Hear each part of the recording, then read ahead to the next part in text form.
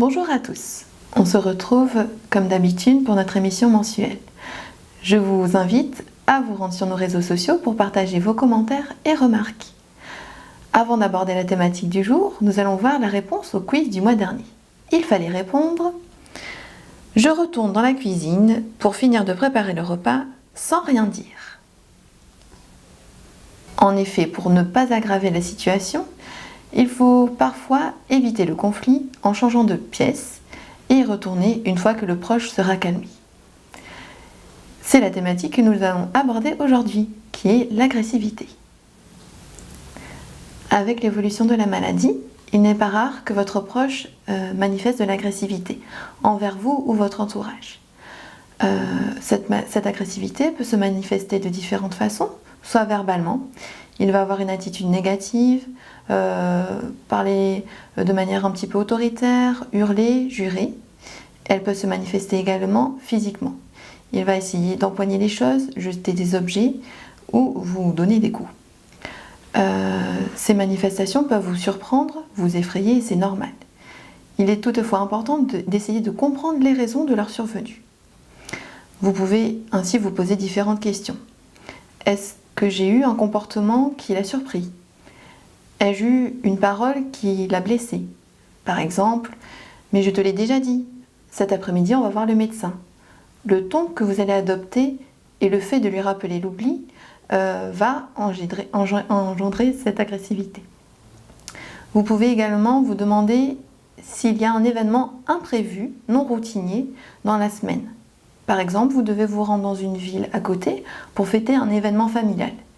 Le fait de ce changement peut générer un stress qu'il manifestera par de l'agressivité. Demandez-vous aussi s'il n'a pas mal quelque part. Et veillez à son hydratation. Un manque d'hydratation peut générer de l'agressivité. L'agressivité est un symptôme de la maladie, mais parfois, parce qu'on est fatigué et pas aussi patient qu'on ne voudrait l'être, on va générer l'agressivité de notre proche par notre propre comportement. Dans ce cas, comment faire? Tout d'abord, essayez d'éviter de vous mettre vous-même en colère.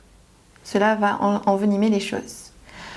Vous pouvez également essayer d'orienter son attention vers autre chose. Orienter la discussion vers un sujet qui l'intéresse, qui est positif pour lui. Par exemple, la présence du chien dans la pièce où vous vous trouvez. Vous pouvez également l'orienter sur des activités. Proposez-lui une promenade, une collation, d'aller prendre un café dehors.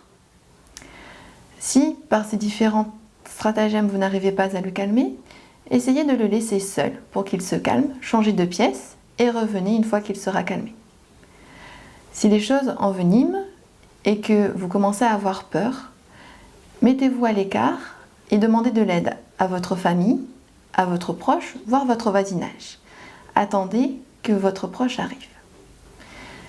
Enfin, si vous n'arrivez plus à gérer, faites appel à son médecin traitant, il sera là pour vous aider. Avant de terminer notre émission, voici le petit quiz. Saurez-vous trouver la réponse? C'est le soir.